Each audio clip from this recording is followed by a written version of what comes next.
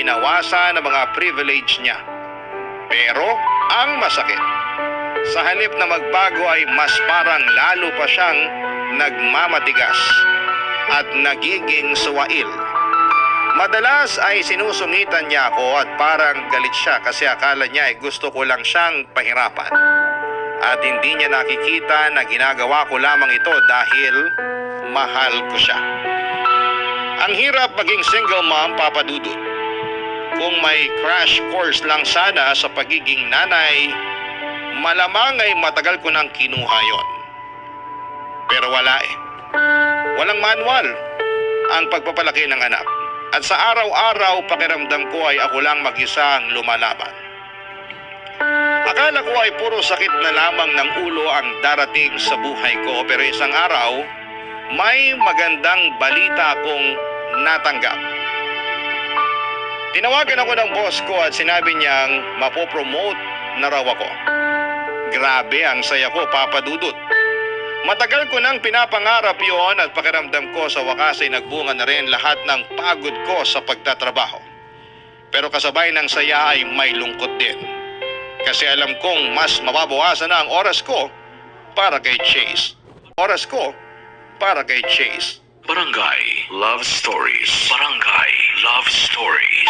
Tuwing umuwi ako galing trabaho, Papa Dudut, ay parang dinadaanan ng bagyo ang bahay. Kasi palaging tambak ang mga hugasin at kung ano-ano pa ang mga nakatiwangwang sa bawat sulok ng bahay. Sa totoo lang ay nakakainit po ng ulo kapag pinagsasabihan ko si Chase na magligpit naman kahit konti. Parang wala lang sa kanya. Para bang bingi siya sa mga sinasabi ko. Lagi siyang may dahilan kesyo marami daw siyang schoolworks. Pagod daw siya sa biyahe lalo na't sa MRT pa siya sumasakay at kung ano-ano pa. Habang tumatagal, Papa Dudut, ay hindi ko maiwasang maramdaman na nagiging pasane na si Chase sa akin. Masakit aminin bilang magulang pero yun talaga ang nararamdaman ko. Kaya naman naisipan ko na siguro'y panahon na para kumuha ako ng kasambahay. Para may katuwang naman ako sa mga gawaing bahay. Noong day off ko ay naghanap ako ng kasambahay sa internet. Buti na lamang at may nahanap agad ako. Tinawagan ko yung contact number na nasa ad at nag-video call kami para may interview ko siya. Ang pangalan niya ay Rubilin. At sa unang usap pa lang namin ay magaan kaagad ang kalooban ko sa kanya. Mukhang mabait, maayos kausap at handang tumulong. Kaya ilang araw lang ang lumipas ay pinapunta ko na siya sa bahay para makapagsimula na siya.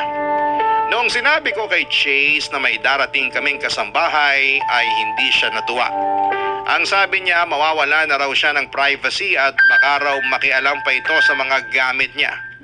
Pero hindi na ako nagpadala sa mga reklamo niya, Papa Dudut. Diretso ko siyang sinabihan na hindi siya tumutulong sa bahay at wala siyang ambag sa mga gawaing bahay. Kaya kailangan ko ng tulong. At kung ayaw niyang maglinis, wala siyang karapatang tumutol. Sa huli, wala rin siyang nagawa kundi tanggapin ang desisyon ko, Papa Dudut.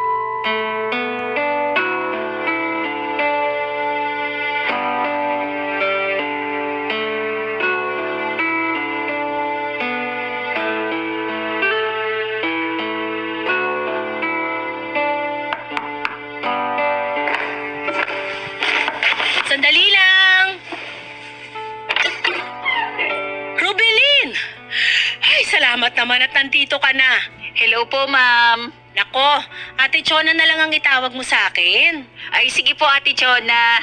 Kamusta naman yung biyahe mo? Siguro napagod ka, no? Ay, ang totoo po niyan, oo. Sa katunayan nga po, nahihilo pa rin ako hanggang ngayon. Ala, ganun ba?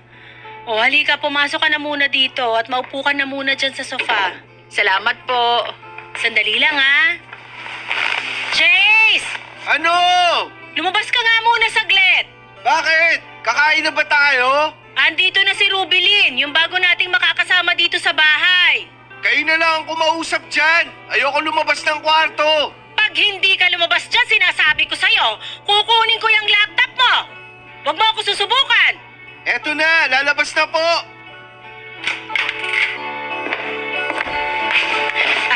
Nga pala, Rubilin. Ito'y nag-iisa kong anak, si Chase. Ay naku ma'am, ay ate, ang gwapo naman po pala ng anak nyo. Nako, oo. Sumpungin nga lang. Hello Chase, ako nga pala si Rubilin. Ako yung bago ninyong kasambahay. Mami, ano ba tong katulong na kinuha nyo? O bakit? Anong problema mo? Ang sama ng itsura. Walis tingting na lang ata ang kulang at magmumukha na siyang witch. Hoy, Chase! Hindi kita pinalaking bastos! Sorry po. Mag-sorry ka dito kay Ate Rubilin mo. Yung sorry, para lang yun sa mga taong may ginawang kasalanan. Eh wala naman akong ginawang kasalanan ah.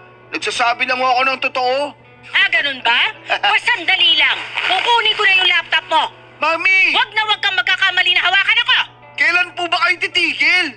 Yung credit card ko, binawi nyo na. Tapos yung gaming console ko, sinira nyo pa. At hindi lang yun. Pati yung cellphone ko,